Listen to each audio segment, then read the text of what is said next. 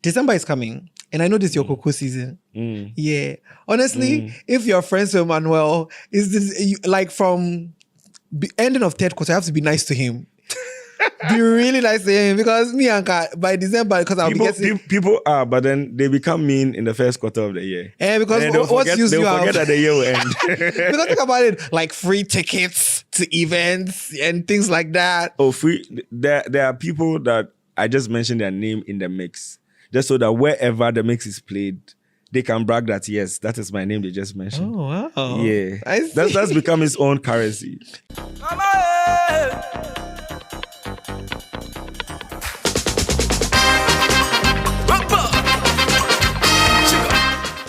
Welcome, people, to another exciting episode of the Sincerely Accra podcast. You know what it is. My name is Joseph Inti, host of this some way podcast. But we are here anyway, guys. I want to give a quick shout out to my co-creator and producer, Mr. Kwame Asante Ofori, and of course the GCR Network. That's the #1 premier podcast hosting network in the whole Ghana. Exactly. Okay, so on today's episode, we're going to be talking to somebody who, you know, you can't lady of the night, it means something else. You can't man of the night, I don't know what that means, but but yeah, we're going to be talking to so many titles: MC, some time ago actor, hype man, radio personality, aspiring. I don't know if he's TV personality. It's none other than, you know, the one everybody.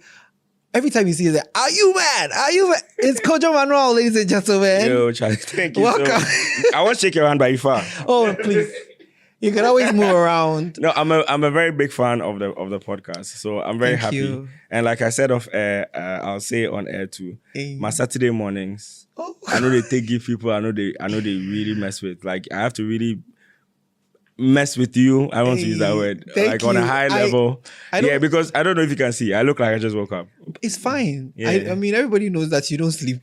Well, yeah. The job is the job. Yeah. And I also don't know what to do with compliments. I don't like compliments. So I'm just going to... It's good to know. I'm going to move on. So, right? Like, I'm not good with compliments. Yeah. When I was like doing my research, I realized like, oh, I think we're like...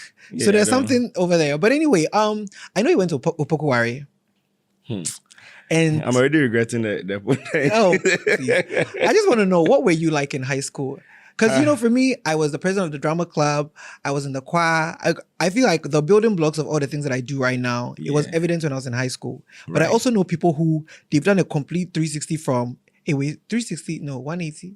Yeah, I think 180. 180. Yeah, 360 you've gone back to where you were. Oh my God, me and mad. Yeah, from who they used to be. So I just want to know, what kind of person were you in Opokuwari? I think for the 3 years I was in Opokuwari school, about 2 years was me being very, very quiet, and I was almost docile. I was like introvert. Naturally, I'm an introvert. Yeah, me too. Yeah, so I think it was in my final year.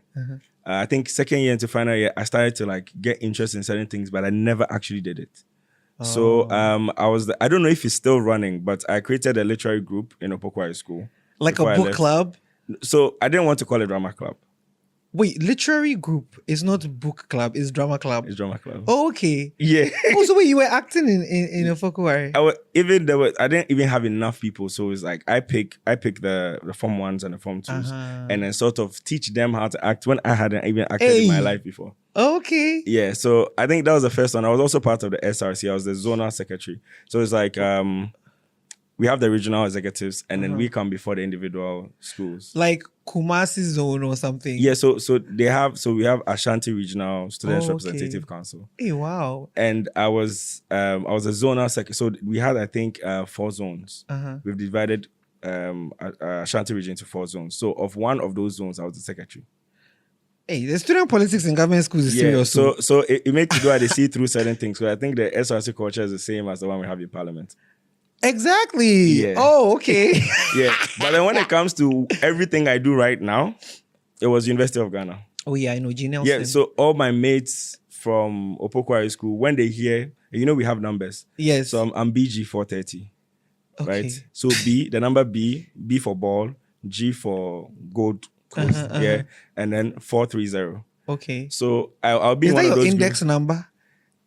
That's not the index number, but in Opokwari school is like a special number that everybody has. Like you assigned, it's assigned to you. There are people that I know to this day, I don't know their actual names. You know them by their numbers. One of my closest friends in school back then, he's not even in Ghana now. His number was BG123. So imagine being called 123. Like that's 430 and all of that. I see. I don't think I know any other school that does this, but no other school. So for me in school, I was very, calm and introvert. But then I started to come out of my shell. I think maybe like when I was the senior, but even that one I didn't go all out. And it came to University of Ghana, and even that, it took me getting to about level 300 before I even started holding mic anywhere or doing anything like that. Okay. Yeah. All right, before we talk about your G. Nelson hosting days, which is literally where you started, you said in an interview that when you were younger, you came to understand that public speaking was something that you were interested in. Yeah. And you thought that meant you should be a lawyer. Yeah, actually still like really get excited when I see, especially people I know becoming lawyers. It excites me because I always fancied like the fact that you can use words to win arguments and bring justice and all of that. Is it because of the movies you watch? Because a lot of the lawyers say that the court scenes are not like that. Oh, it's way sadder than it seems. Yeah. Yeah. Okay, so you wanted to be a lawyer, and then at which point did you realize that no, law was not for you, and that you needed to the public speaking means pursuing something else? So to really answer your question, right, about public speaking, it was in church. Right? It was in church. You always start in church and then you end up in the streets. Yeah, it was in church. I was that person that if sermon they go on, like they would be like, make somebody read the Bible. I was one of the people they would point. Like they would point because I would always stand up and read the thing the way the pastors or the elders that are preaching. Church? Is it charismatic or is? Hi, I'm taking you where myself I don't want. You don't want to go there. So I'm Seventh-day Adventist. Oh, okay. Yeah. That's fine. I was in the Latter-day Saints church for like 2 years. Oh, okay. Oh, yes. But it wasn't an internship or something. You entered and you left. Oh no, my family was just trying something out. Yeah. So I still feel like I have those values in me. So we had to even sometimes go on outreach and enter people at my house, like how Jehovah's Witnesses do. So you were preaching? Yeah. I mean, we don't do it as much as Jehovah's Witnesses do, but then we would go and then talk to people. And I was in a choir at some point. Which part were you? Bass? The problem be say, me, myself, and the whole choir was confused on whether I should be a bass singer or a tenor singer. Hey. Because my voice was not heavy enough for a bass singer, but I always pick the melodies of the bass singers. Oh, okay. So I was always confused in the choir. So I worked myself out at some point. I was a tenor singer. Yeah. I think tenor was my calling, but I just wasn't focused. Oh, I see. So wait, that was in high school, right? That was high school days. Okay. I see. Wow, that's very, very interesting. Yeah. Okay, so you're in G. Nelson, and you said that one of the people that fought for you to ever get on a stage, God rest his soul, is a friend called Teabag. Yeah. This is a story that for a long time I couldn't say without becoming teary. Oh, okay. Because there's something, it's also part of the reason why I always try to join mental health conversations. Because there were things that I had to like grow up years later to come and realize the impact it actually had on me. Because back then, nobody was really giving me the chance. Even though I'd gotten an opportunity to do like the Livers Dinner. That was literally the first event I did when I was in 300 or 400 year group for G. Nelson. That was the first group that finished from G. Nelson. Oh, okay. So that was literally probably the first proper event at G. Nelson. That you did? That I was forced to. MC you were forced to? Yeah, because the organizer was an MC and he thought he could organize the event and MC it at the same time, and it wasn't it wasn't giving, as they would say. So that was my roommate, and he forced me to go and MC because he was in a fix. He ironed my clothes, and that's my senior. He ironed my clothes and everything. I was like, in university we don't have senior and junior. No, but I always have that respect for him. If you're in 400 and you're older than me, obviously, right. Even if it's a year, like in high school, like you be my senior. True. So I still have that mentality. Okay. So when I did that, that's when everything sparked. It started everything. So me, myself, I wasn't very, crazy about the whole idea of or doing it because I wanted it, but I felt like I was too shy to do it. Yeah. I think I missed your question. No. So I wanted to know the story about Teabag. Oh yes, yes, yes. You Yeah, said I knew I forgot people were not something. giving you the opportunity. So, but he fought for you. Yeah. So there's Quick there's segue. like two people. Is he called Teabag because of the character from Prison Break? I actually don't remember though. Okay. I don't remember. I wouldn't say I was part of his core team. There were what's their name? Tap Out or something. Why does it feel like it's been 100 years? He's about to mention all the cliques that were in UG. Yeah. So Ticket 300. You know things. So Teabag, I think, saw me do the Livers dinner. Okay. And then when I think it was time for a certain activity on campus, and they went to hire an MC from outside, and I was like, why are they here? You guys don't want to use me, because now they have sparked that enthusiasm, interest in me. So they had to explain to me that, oh, this is a very special event where we have dignitaries, the lecturers and stuff coming, and we don't think we go fit put you there. And I was like, why? So it was Teabag that was like, if we will go bring somebody from outside, then we rather help the people here grow. So he was the person that was insisting that whether you're bringing an MC or not, we still have one MC that is going to be here to either be the co-host or just host the thing for us. So I feel like he was the person that afforded me the space to really explore and grow, even before people like Edem Agbana, who is with the NDC right now running for MP for, I think, one constituency around the Volta region or something. He was the SH president at the time. He's also another person that gave me opportunities. But Teabag's own was different because he took it very personal. Okay. Because the likes of Edem and even Echo House, being involved in Echo House, all came up because it's like, oh, we've heard there's this boy, the MC, but we don't know if he's all that good or he's there yet. Teabag's own was like, he has never done it before. I saw him try to do it once, and I think we should do it. And that's like a lot of belief. Yeah. But the sad thing is, my last conversation with Teabag was an argument. Oh, wait. Did he pass away whilst you guys were in school? Yeah, he passed away during Hall Week. Oh, okay. So the plans we had for Artist Night and all the jams on the weekend didn't happen because I think the accident happened on a Tuesday. Oh, accident. Yeah. So he was a motorbike, like he used to ride the bike. Oh boy. And one of the gates, I think the one that's close to Noguchi, was the one he was using, and the car was driving in the opposite direction. Or he was driving in the opposite direction, I don't know. But then it happened when the whole week had just started. Oh wow. And then, normally we either do the launch of the whole week on a Saturday or the Sunday. So I think they did it on the Monday. I said Saturday or the Monday. So I think when they did it, they brought an outside MC. And then I was like, I thought like I was going to be called for these things. And I think that's what kept my immaturity in a lot of ways. Because I lashed out at him that, Charlie, why are they here? You no go use me, this and that, this and that. And then the next day, the morning, I hear that he has an accident. And I think I was on my way to lectures when I heard that information. I didn't have enough information. So I was like, when I come back, they're like, okay, then tomorrow. I called them and they're like, tomorrow we'll go. But then by the time I came back from lectures and the first batch of the executives and the whole people are going to see him, they came back and were like, nah, nobody's going to go see him.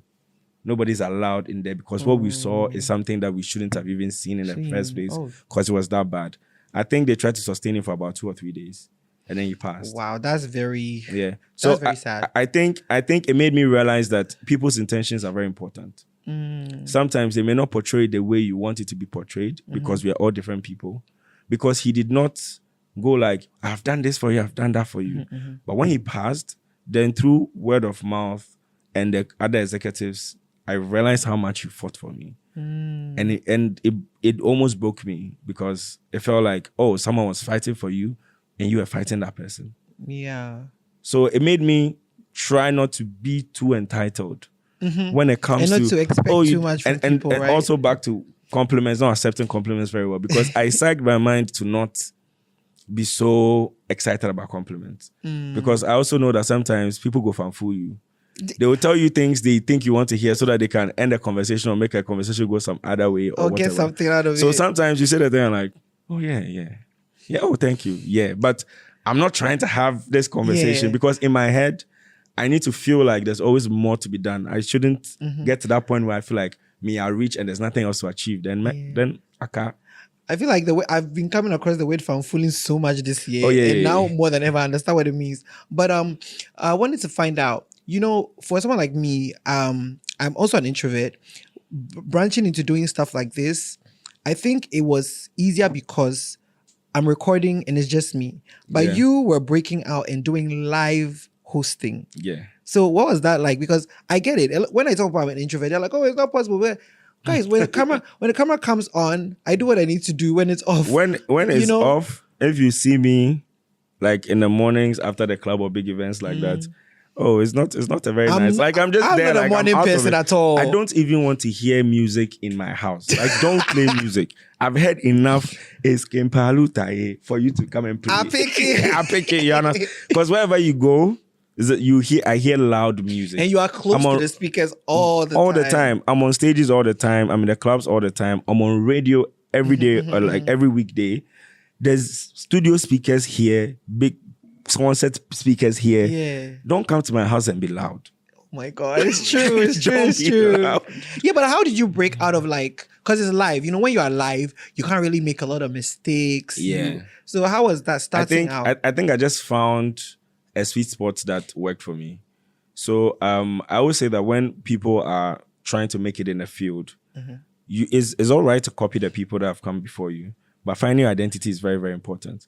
So I would watch that back in the day, Chris Atto. I think I saw you interviewed him recently. Yeah. I was very excited about it. Watching him and doing his thing, and I'm like, I go really like do him. And then when I realized that you actually read from a teleprompter or like they give you a script and you have to chew it and come and say it, I realized that wasn't really my thing. So I had to find a way between, let me understand what you're selling and I'll deliver it my way. Once I'm in that zone and you trust me enough to deliver it, I'm fine. There are times where I've been on stage and I'm entering the stage and I have no idea what I'm going to say.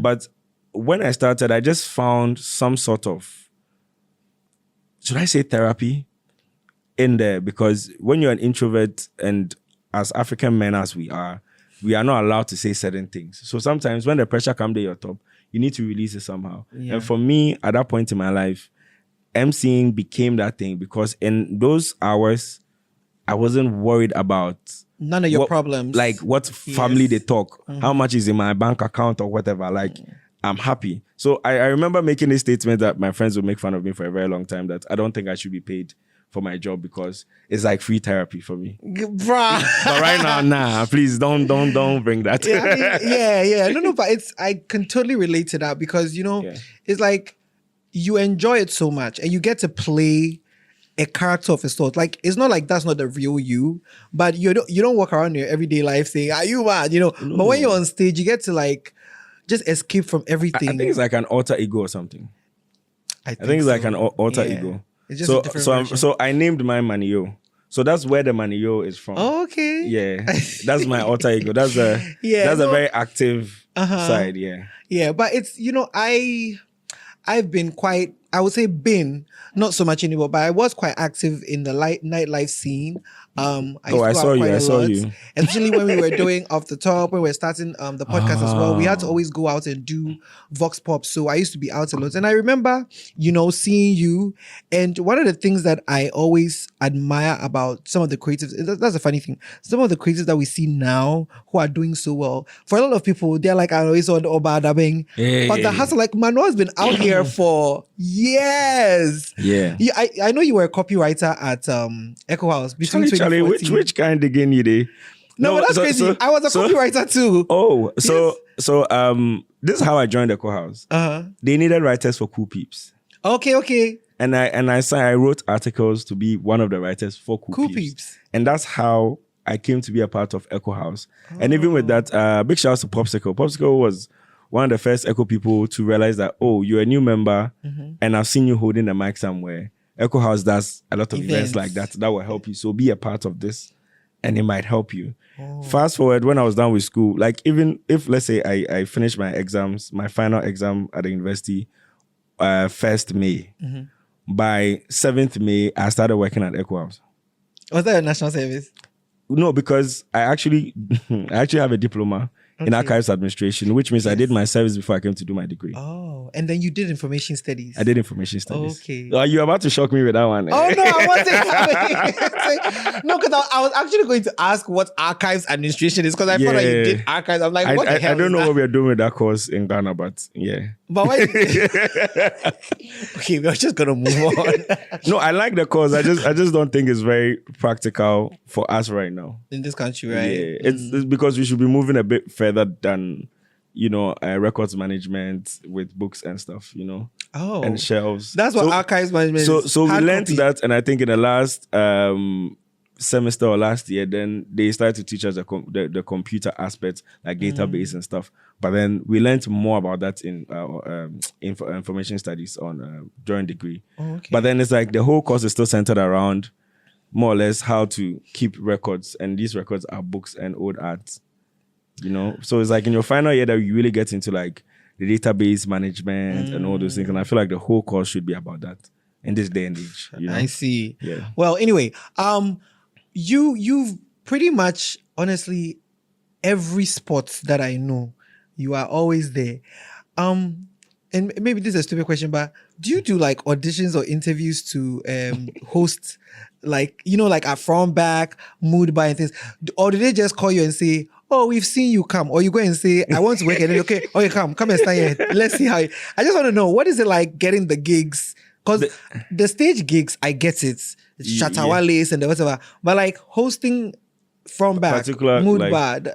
So I think the only club the only sport I actually approached to work with was Crystal. That was back in the day. That was the first club I ever entered. Crystal? Oh my God, memory. Yeah, that was the first club I ever entered in my, like as an MC. Okay. Yeah, that was the first club I ever entered. So that was the only place I actually applied to work. I think Carbon. I worked at Carbon. Carbon, big shout out to Sister Debbie. Sister Debbie was the person that called me and was like, quit your 9 to 5 because I have a gig for you. And then I was like, nah, I still want to work at Echo House. So that's how I got into Carbon. And there was an actual audition. What did you do at Carbon. Audition? Yeah, they play music and you should hype and let's see. There was a guy that came to do poetry. I'm sorry. There was a guy that came to do poetry. For real. Like poetry, like, yeah, like. As an MC in the evening? In the club. I don't know what I want to. I'm not gonna lie, right? I'm not gonna lie. It was kind of fire. It just didn't fit the club. Yeah. I'm not gonna lie. But then it's like, as much as it was impressive to watch him do the thing, when you remember that we are standing in a club and we are auditioning for the spots in a club, it made it funny. Of course. Like, honestly, even this thing, if I went and then they said, oh, we are playing music hype, and I was even good, I think I would not be able to take it seriously. I would laugh. I think there was like, we were 4 people. And DJ Sam was the DJ playing, and then we're there, they give you a mic, and other people are standing there. And so they're also watching you. They're also watching you. Why can't they go out? So that it's just one person. So after the audition, that's when I got that gig. But I think after that, I haven't had to, between Crystal and Carbon. People those just are the only call place. you. Yeah. No. And then also let me also be very honest. There's and I told one MC this thing like yesterday, that your ability to spot an event or a scheme that is promising or know what they are doing is very, very important to how high you can climb. Like, for example, me being on this podcast is because I've watched the thing and I'm like, I like what they're doing. And if I go day top, I go excite. You understand? It's the same way I have been a part of shows like Afrofuture, like when it was Afrochella. Yeah. From the very first one that Ebony performed, I've been on it. Polo Club, right? Polo Club. Yes. I was one of the MCs. We were like 7 or 8 MCs. Efia was one of the MCs and other people.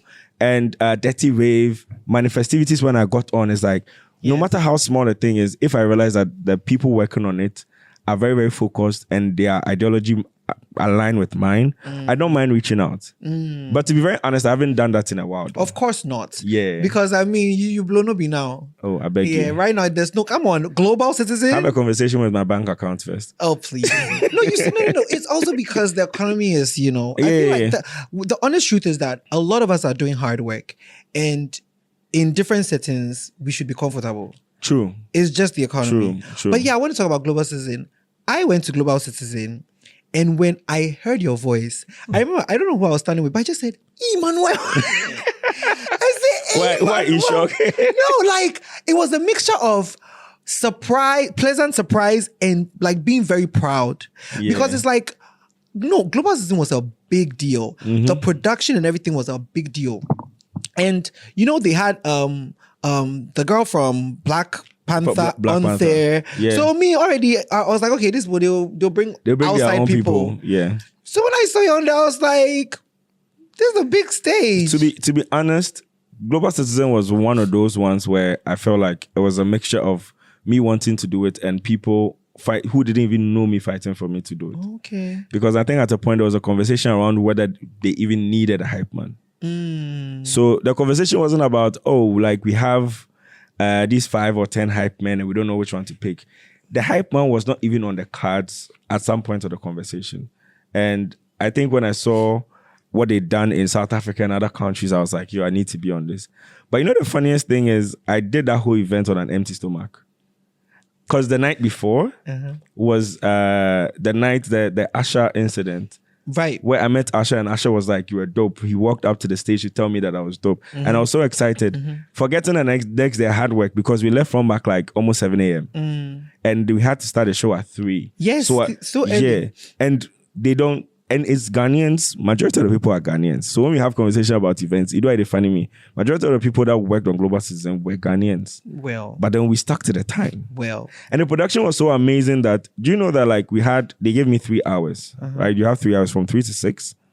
And then I was like, and I offered to do the space in between the performances. Oh, okay. And they're like, yeah, we've already agreed on how much we are paying you. So if you want to do that, that's cool. But I think they were a little skeptical till we started. So I say sound check earlier before, and then they came back and they had allocated time, 5 minutes between Stormzy and this person, 10 minutes in between. And there was a point where there was a glitch, and I don't think a lot of people realized. In the afternoon, there was a problem with the lights that was hanging at the top of the stage, and they brought it down to fix it. When they brought it down to fix it, they actually accounted for that time.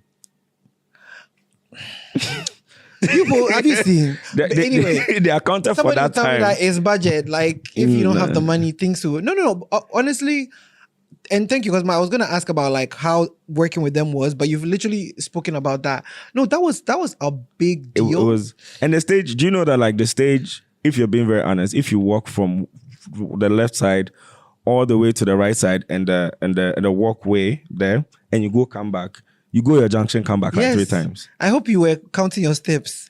It was a very big stage. Oh, like you see, gaining weight was not a problem for me for like 2 months, 3 months, because the kind of energy, and it was hot. I was sweating. Yes. I bought multiple outfits, but then even that one wasn't enough because at every point, and you can't relax. I think it was probably one of the proudest moments. And I like where my headspace, like what headspace I was in, because I always thought I'd be nervous.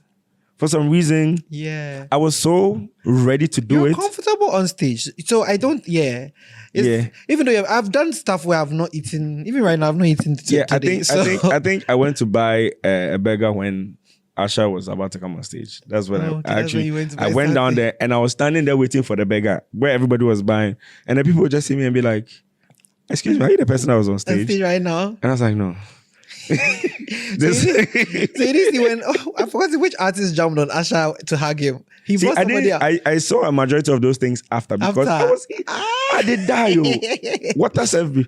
And you know, they provided us with water, but then when you're hungry, you're hungry. You know? So it was a dope experience for me. So one of the things that you've also become very popular for is caps and basses. Is it bass or bass? Caps and bass. Like and as bass. In the sound, the bass. I go to a very local gym inside Nansuman. And every time they are playing, are you there? I'm like, what? So I remember one time I went to, and I think it's also a podcast there.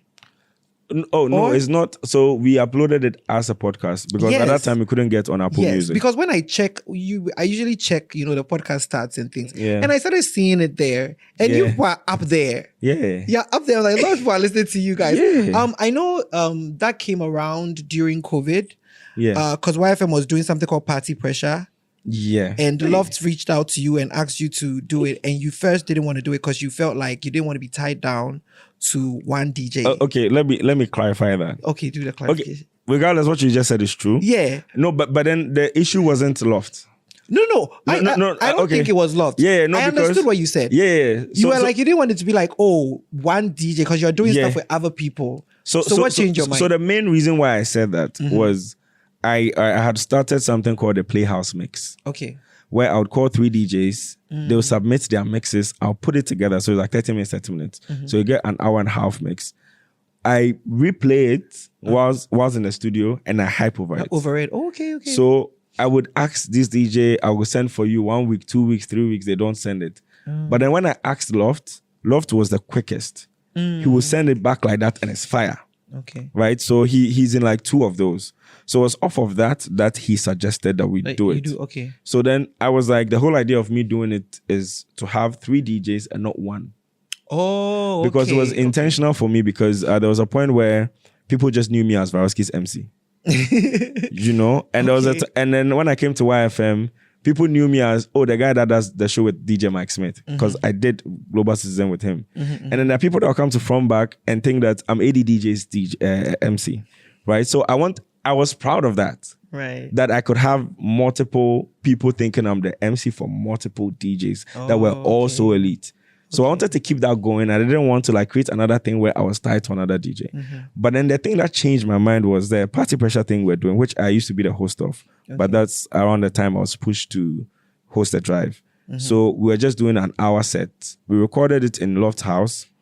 And because I was hesitant to do it, he didn't tell me anything. When we're done, he just, before I left, he was like, so I recorded it. So when I put it up, he do a share for me. And I was like, what are you talking about? And it's like, oh yeah. And I was like, you know what? That's very smart. If it gets a lot of good engagement, we will do it. We'll do it again. So I think when it came up, like, and I was putting out Playhouse Mix already. Right. So I knew the numbers to compare it to. And this one was flying faster. It was flying faster, yeah. And this was on radio, so we're not using the F word. We're not saying anything like that. We're keeping it very clean. Yeah. And I think even Audio Mac took it off. But it did well. And then that's when we actually sat down and agreed on the name after that mix went far because we just called it Listen Back to Party Pressure with DJ Loft and Kojo Manuel. Okay. But after that, we had to have a meeting. That was one of the funniest conversations around finding the name Caps and Bass. Oh, okay. Because I was supposed to be the cap and he's the bass. But then Loft was like, let's do microphone and speaker or bass. And I was like, but then that's why my copywriting skills came in. I was like, exactly. No, we always hold the cap. So cap. No, but you think I think copywriting actually does help with like hosting because we are always playing with words. So yeah. Also, Loft is so cool. Funny thing, people don't know. He's one of the funniest people, but people don't know. I used to be on a podcast with Loft, official Kwame's podcast called Plantain Chips. Oh my days! With Black Sherry's manager Aubrey. Why'd you guys stop doing that? It wasn't ours. It's Kwame. You know Kwame was in and out of Ghana. If I see him for town, I'll go fight him. But it's so crazy. I keep saying like other people that are doing well so right now. We've all been here back then. So it was Loft, Kwame, me, and Aubrey. And Loft was always so funny when we're filming together back then. Always. So you've now won MC Hype Man of the Year 4 times in a row. Not in a row. Not in a row, but 4 times. I think 4 times. Okay. I think that was a mistake with somebody trying to run a story. But it was too late to retract because I told them that, it's not 4 times in a row. Now when I read some of these things, I'm going to be like, what if they made a mistake? Yeah. No, but you've won it 4 times. 4 times. So it was... So let me give you the right, so people know that it hasn't been easy. Okay. The first time I was ever nominated was 2017. Mm-hmm. Wow, that's a long time ago. Yeah. Nobody mind me. When I deposit the thing, vote for me, self, Charlie. Nobody mind me. Also, oh my goodness. Manuel can send a broadcast. Oh my God. And the way he writes it, you think he's talking to you. It's because I'm in the entertainment business that I know you're not talking to me now. But first, there are people that don't open my... Like if I send them messages, I have to mention the name, Joseph, this is not a BC. Oh. How are you? And I have to say something funny for them to be like, okay. I have to mention that. If not, they're not going to I read it, but I know that it's a BC. Yeah, obviously. Yeah. Okay, so 2017 first nomination. 2018 second nomination. Didn't win. And I won 2019 for the first time. Nominated 2020, did not win. 2021 did not win. Okay. 2022, then I won. 2023, I won again. Okay. And now 2024 again. Okay, so there was a gap between the first and then the second, third. Yeah. All right. No, but that's really impressive. Because honestly, and it's not because you're sitting here. Honestly, when they ask me to mention MCs, I don't know a lot. Well, I don't know a lot. I feel like maybe because I've also known you from like Nightlife, so maybe your name is right here. Yeah. But I honestly don't know. Oh yeah, there's also there's another Sheldon. There's another Sheldon. Wait, apart from the one with the locks. You went to Culture Day. But no, why do you say another Sheldon? Because it's the only Sheldon. Kojo Sheldon is... You know what just happened right now? Kojo Sheldon is not that. I thought you were... Instead of saying Kojo Manuel in my mind, I was like, I'm here with Kojo Sheldon. See, you're lost. Anyway. Shut the turn up, yeah. Yeah. So yeah, I mean, I know there are other ones, but I think you're doing well. I mean, you were the one on Global Citizen, so. Oh. I mean, yeah. But you see how I take that compliment? I know, right? I know that's I'm not lingering to because I'm like, but I'm moving on. December is coming, and I know this is your cocoa season. Yeah, honestly, if you're friends with Manuel, is this like from ending of third quarter? I have to be nice to him. Be really nice to him because me and Ka, by December, because I'll be getting... People are, but then they become mean in the first quarter of the year. Yeah, because they'll forget that the year will end. Because think about it, like free tickets to events and things like that. Oh, free! There are people that I just mentioned their name in the mix, just so that wherever the mix is played, they can brag that, yes, that is my name they just mentioned. Oh, wow. Yeah. I see. That's become its own currency. I see. You understand? Yeah. Can you imagine that, guys? But what three things you love the most about Accra's nightlife? I don't know why the first thing that came to my head is controversial. But you see, something that really bothers me is when foreigners come and then we're like, oh, is this your first time in Ghana? And they're like, yeah. They're like, oh, what do you love about Ghana? And they say the vibe and the people. I think we should all be very offended when we hear that. Why? And I'm not even blaming them, but it shows how undeveloped we are. What? Because Really? nobody has ever said infrastructure. Yeah, but the infrastructure shit. Nobody has. It's sometimes it's the things that people don't say. And you tell me that you like the infrastructure, I know you're bullshitting me. But then why is it that? So it means that we have nothing else going for us. So because they always say the vibe and the people is a good thing.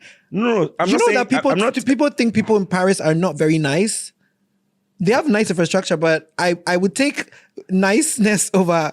No, you see, when you go to Europe, then you realize what development is. Development also means that people mind their business because everybody has something going for them. Touché. And then we think that means we are not nice. When people are nice to you, it's because they want something small from you. Someone will see you getting into your car and then, Kojo Manuel, are you mad? Bossu. Chairman. Oh, make a clear. He go clear the people, or just because you forgive him something. Yeah. And if you don't, then it's like, oh, about you, what's up? It's Yawa. Wow. So me, I'm not saying it's a bad thing that we're nice people. I'm just saying that if we keep hearing that as the only positive people are taking from visiting us, it means that we are doing a lot of things wrong. Because this is God-given. The vibe and who we are is easy. It comes from us. It's God-given. God has just blessed us. But apart from that, we haven't done anything for ourselves. How much of the infrastructure development is in our hands? Anyway, so three things you love about nightlife. Oh my God, you just had a whole deep conversation. So I think what I like the most about nightlife is the kind of faces you constantly see. Oh, okay. And it can give you that false sense of friendship with people that you don't even know anything. I don't know why I'm pulling my words. Am I allowed to say the F word and all of that? Yes. Plus, it's not live, so.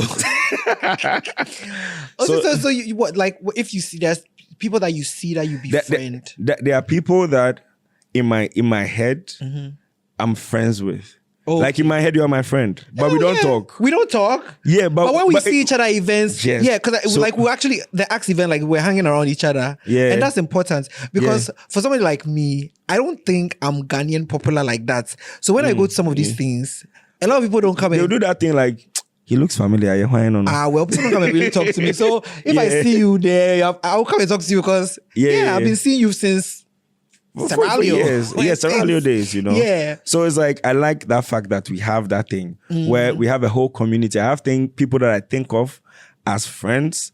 And if we don't meet in town in a month, nobody's finding anybody's number to call. Yeah. No, we don't do that. But the minute we meet, we're having full 30-minute conversations. Yeah. I think I love that. Also, I'm happy that the nightlife space has grown because I feel like it contributes to what my brand has become, because if probably Accra wasn't the hotspot it has become, maybe the impact of Kojo Manuel or MCs or hype men would not even get to that point. Yeah. So I'm happy that we're on that trajectory where people are listing us amongst the Ibiza and the Dubai and Joburg. Accra, it's a big deal for people. Who is comparing Accra to Joburg? I'm sorry. No, because I just got back from Joburg. Until you get here. Okay, because there's a lot of gap. I'm sorry. Yeah, until you get here, it just sounds like, we are all kings and we're all princes, and there's free food for the ladies when they go to the restaurant. Oh my goodness. And things like that, you please. know? It's all perception. So I love it. I think it contributes a lot. Okay. And then I also think that one of my favorite things is like about nightlife is it affords me the peace I actually want. Really? Yeah, it's like a paradox. It's like, because nightlife is actually, I understand that it's not for everybody.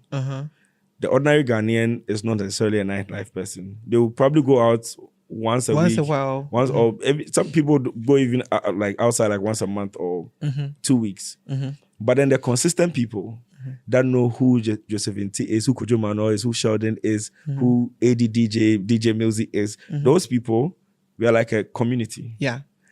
And it's not that big and it's not that crazy, but we are loud. That we carry the message. True. So what that affords me is that I can, no matter how popular you are in the nightlife space, you can walk around and not everybody will notice that whole negativity of you are famous type of thing. It's true, I agree. Yeah, because if I step out on a Friday night, I'm ready to give a lot of boza. Are you mad? But when I'm going to YFM on like Monday afternoon or Tuesday afternoon, I meet one or two people. Yeah. Well, if you walk through the mall, nobody's stopping you people. And saying, half the time people look at you and be like, is that him? Is that him? True, or they don't even, people meet people that haven't even heard Kojo Manuel before. Yeah. And I'm like, oh, thank God. Nice to meet you. I get it. Because at least you're not judging me that I'm some kobolo. Yeah, like, hey, that's the tag. You're wearing slippers and you're walking here. Aren't you supposed to have more money? And you know what I mean? I need my peace of mind, Charlie. But before my next question, how did Are You Mad come about? It was an accident. Coming from an agency background, working with brands like Guinness, ECG account, there was a point where people were insulting ECG account. I was the one behind it. You were managing ECG? Yeah, I was part of we were two people in Echo House that managed the creation of the ECG official account that exists right now. So around those times, you know, I was very like that side of me. Charlie, I'm tired. I think I just struck off of the question you asked right now. Are you mad? Are you mad? My goodness. Why did I go and start today? Okay. Yeah, you said you came from copywriting or something. Okay, so that's why I was challenging my breath. I didn't sleep because of you. Hey. I slept like 2 or 3 hours. Put this in. You didn't sleep because you went to work. It's not about me. Well, true. Okay. So I because of the copywriting I experienced and my experience with agencies and stuff, I would, if anybody left it up to me, pick a term you'll be known by. There's no way I was picking Are You Mad? But how did it happen? So it happened by accident. I actually fought it because it was front back. We're having back-to-back DJ sets, AD DJ, a couple of the foreign DJs. And sometimes you don't always have a very good night with the music. But that night, everybody was on points. Everybody was doing crazy catch-up. People were going insane.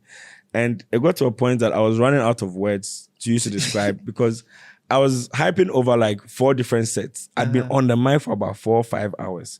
At the point you have said, yo, that was crazy. Yo, that was mad. Oh shit. Oh fuck. Oh this.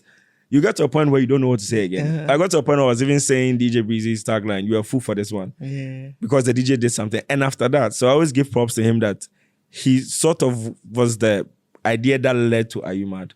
Because when I said you were a fool for this one, and the DJ did another catchy, I was speechless and just went like, are you mad?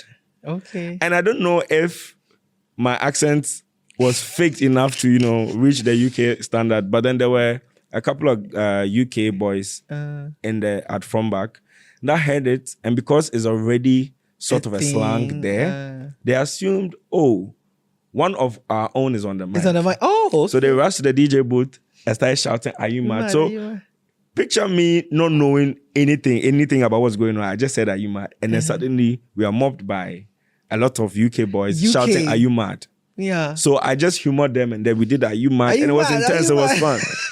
But after that, Kofi. A couple of days later, it was December, so a couple of days later, back Monday or Tuesday, doesn't matter. You just come back after like, I think 2 days. And I get to the entrance, and from the girls at the door to the bouncers, to the waiters, to the cleaners, everybody will see me. Are you mad? Are you mad? I was like, what's going on?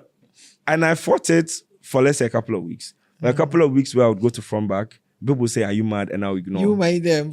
And then people start to get notorious and snatch the mic from my hand and shout, say, "Are you mad?" Oh, okay. So I got to a point where I realized that I could not fight it, and I've been identified with it, and that was it. I had to allow it. And now I have T-shirts and, merch and all of that with it. So. Come on. All right. Okay, but the last but one question. What 2 things do you wish were better about nightlife? Oh, 2 things that were better about nightlife. Like me, I'll tell you. I've been to Lagos, I've been to Teabag, I've been to Cape Town, I've been to Europe. I think that our bouncers give us such a tough time at the entrance of establishments. Because in Teabag, they hold guns. They hold like full-on guns. Yeah. But they don't stress you. Like you will come in. True. It's a little scary, but the approach is not scary. I don't know if that makes sense. But I think for me, it's really the pay, the money that the value we put on creatives. Okay. I think that's like the major thing, because you're also an MC, so you know what I'm saying. I know. You get a gig and they tell you that, you say your rate and they're like, to MCO. You are just talking. It's just to MC this one cry 2 hours pay. And I'm like, I don't know if you can stand in front of people and talk and be flawless and be on point and identify the mood of the people, not say the wrong thing. Because if as an MC you say, let me give an example. Let's say on Global Citizen stage, the current president came to speak. Which he did. Which he did. And whatever happened, right? Imagine I came on stage and I said F him. Yes. Do you know that no matter what performance Kodia or Stormzy or Asha did, or Caesar did, this would be one of the headlines and would have marred everything. Yes. So people don't understand the power that you're giving someone to moderate your events. Yes. So when a person has a charge they go with, I think is the ecosystem is also a problem, because the economy itself is not really that good. But I think the perception-wise, we put a very little value on creatives as a whole. Generally speaking, I've realized that thing. Yeah. They always try to belittle it and say, it's just this, it's just that. And I always say, when you go to the hospital and they give you how much a surgery is going to cost, nobody ever bargains. You understand? They know they have to get the money. Exactly. But when it comes to creatives, it's like, try picture keke. Yes, it's. And I think both points would have to do with money in a way. No, because the other one is something that touches my heart on a whole different level. Which is what? So if we are booking Josephine T as the MC, we are willing to pay Josephine T 1,000 cedis. But if you are booking some lesser known MC who happens to be in the US or the UK or Amsterdam or somewhere else, they're willing to pay the person $1,000. Because what's not playing so well? Then pay for the person's ticket. That one, all those things are extra. That is the benefit of we being here, and I can pick Trotro, I can drive to the place. But if you're willing to pay someone 1,000 cedis versus $1,000, it's a little crazy. And half the time, these people come through and they don't understand our vibe very well. But I think Ghanaians, so we end up having to call back on our usual faces and our usual suspects to come and save the night. And what's even worse is that, when we have to come back and do that work, and no matter how much effort you have put in your brand, like where you started from to sincerely Accra, like the popularity and the effort, because you have a 9 to 5 and you're doing your work and you're doing all of these things, at a point, your experience means nothing to people. Because to them, there's this guy that started emceeing last week that can speak. And Joseph can also speak. Manuel can also speak. So our budget for them is 500 cedis. Yeah.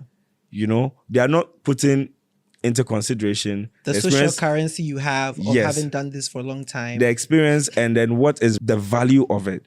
Because you bring a certain influence or value to the event, and people don't care about that. So, if you won't take the 500, then let me go and take this guy who doesn't have experience. And it's good to help these people out, but on some stages, they just don't want to pay the money. But if you had a foreign person coming in, we're willing to you will switch them to dollar or pounds and pay the person.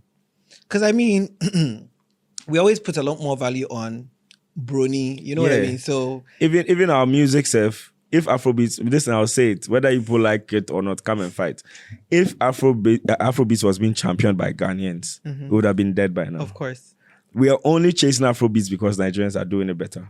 Yeah. And we always jump on things after the world recognizes it to be dope. Yeah. We can have people doing stuff here. You don't care. When the world recognizes it to be dope, then all of a sudden we know that it's dope. A lot of our hottest artists, from Jackie to Black Sherif, Exactly. Kiddy, their music, and they became big because we heard that, Kiddy is big, is big in India. Yes. Jackie's song Blow for Niger. Yeah. Or Black Sherif Day on a song with this person or that person. And then suddenly we are forced to accept it. If Black Sherif didn't do what he did and move the way he moved, people would still tell Black Sherif that his style is whack. Yeah, they'll even say that what kind of music is it? Like, is it hip hop? Is it Afrobeat? What are you doing? What?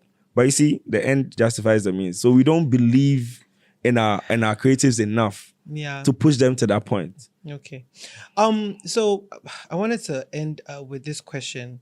You've been around the world. You've experienced nightlife in different places. Before I go on to that, when I spoke about Playhouse, okay, I should have added, make you edit and put. I actually forgot to. You also have the show called Play by Ear on Aquaba Magic. Oh my goodness, I forgot about that. I think it was since you brought that up. Yeah. So I was really excited when I got the call to as one of the hosts that was being considered for that show. So for that show. And I've always wanted to do TV. For some reason, it never really worked out. I've worked with Foresight in the past and tried to get into other TV stations, but it never really worked. Radio worked at least. But then to get a call from Aquaba Magic or a team that works with Terra Media, I was like really excited. And then we did an episode, a whole season. And based on the knowledge, on information I've been given, it's one of the best performing shows on Aquaba Magic. Because majority is the drama. But when you move out of the drama space, it's one of the best performing shows. Yeah, because I think it's different. Aquaba Magic has a lot of like series and stuff like that. Yeah, and I think for somebody coming off of just being an MC or a hype man to host primetime radio on YFM and have a show on Aquaba Magic on DSTV. Please don't belittle it. That's mad. That's what's giving you the experience to do that. Yeah. Yeah. But I think you wanted to talk about something. Yeah. So the Playhouse thing that we had, I had before we did Caps and Bass is what I'm bringing back. Okay. In the form of an event to start December. But I'm sure by the time this is airing, we would have done it though. When is it happening? It's 1st December. Oh. Yeah. It's anyway, December. If you're listening to this, you missed it. You missed it. It was crazy, you know. Oh yeah, this is just like. But then we plan to do it more often. It's not going to be like the only December thing. We do it maybe every month or every 2 months or something like that. So people that's really cool. Look out. Come on, this is to starting your own events as well, and also I had Casa Loco, but that's more of a club thing. This is Playhouse. This is a DJ exhibition thing. I have DJ Varosky, DJ Lord. F the DJ and Dowd, the Max so DJ. Hard. I'm very, very and I have a song out as well. Asem. I was saying, with EL. Yeah. I heard it yesterday actually. So guys, check that one out as well. Yeah. No, but Kojo Manuel, you're doing really amazing. And as a creative in this country, I completely understand if you think that, you are not where you are supposed to be. I get it. Yeah. The economy is some way. The mindset of the people is some way, because at the end of the day, with all that you do, like you said, there's certain settings that they'll be like, oh, you're hype man, and also you're you know what I mean? I went for an interview where they asked me what is hype man. I was just there like, wow. And it was a tree station too. I know. So how to explain that in tree was the problem.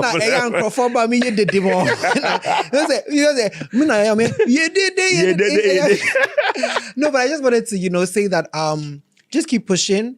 Because one thing that someone told me, and I know you've probably heard this before, is like you never know who's watching and who's listening. Yeah. The same way like people were advocating for you for Global Citizen is the same way that some other big thing is going to come and you never know. So just keep creating, keep pushing. And I have to say this wherever I go, that the Wizkid concert, where I ended up on stage, I think that's one of the most heartwarming things happened after. Because when people were coming for me, a lot of people I had no relationship with were just defending me you on a timeline. And I was trending along Wizkid, and I was just there like, wow, this is one of those moments where, so the app, Twitter, I don't think I can ever get off it, because I feel like there are a lot of people, Ghanaians there, that genuinely supported me. And, like, without having any personal interaction with me. And I think that's really dope. That's one of the best things, like when people are fighting for you online like that. Because I had the whole statement and everything.